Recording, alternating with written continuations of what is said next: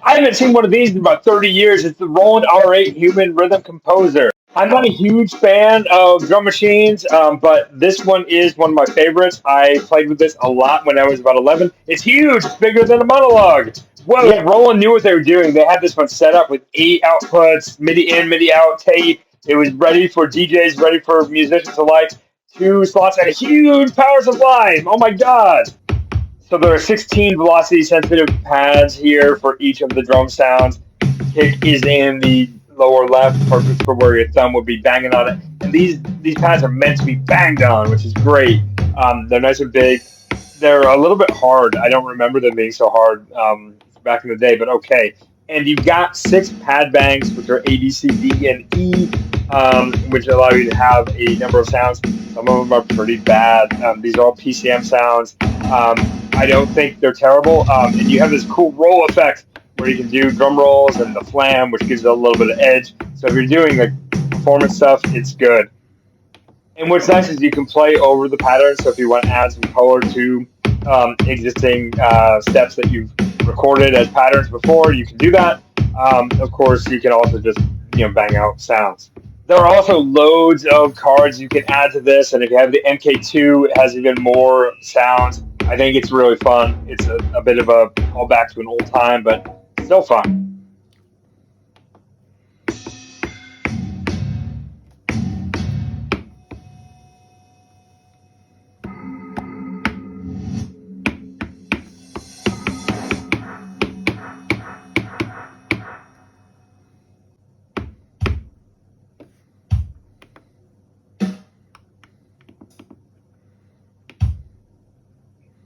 So you can go all the way down to 20 beats per minute with the tempo here, all the way up to 240.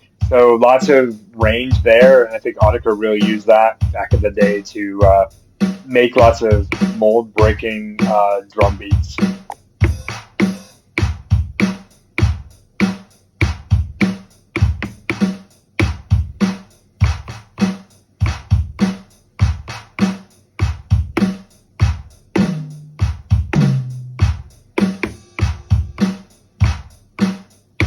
I really hate these pre-recorded cymbals.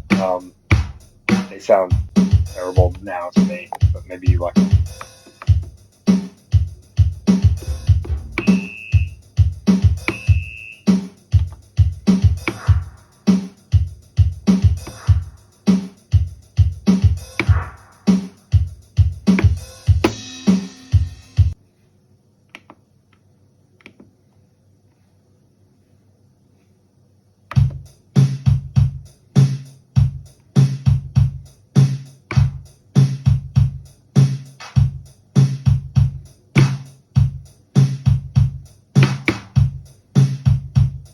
Recording is pretty easy. You can select the sound when you're making a pattern, and then when you hit record, you can tap in your sounds using the 16 pads to map to the 16 steps of your sequence. And you can add in, and it will use the velocity that you entered. So if you wish to delete anything, you can tap that sound again and remove it, or then add it back in at the velocity you want.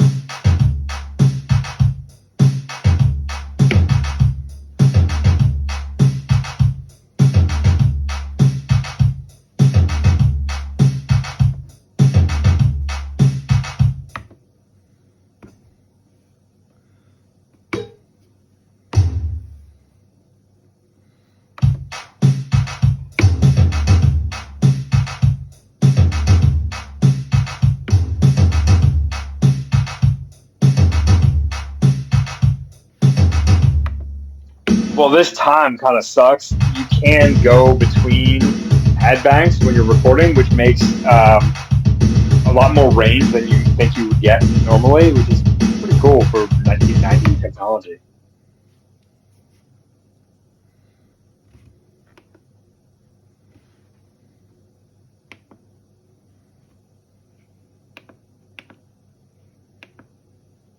And some of these, preset patterns are pretty terrible. They sound like something that you get from the 70s, like Elka devices, just with higher fidelity.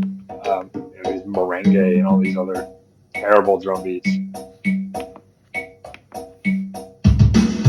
Yeah, so while some of the presets are kind of lame, there's also some good ones in there and really good starter beats for adding some noise to them to make more of a industrial sound. And what I like to do is add some reverb or distortion on top of it. You can use an effects loop or whatever to give it really a little bit more noise. Lots of fun. So if you like this or find these interesting, if you would like to subscribe, love to show more videos like this to you, and have fun.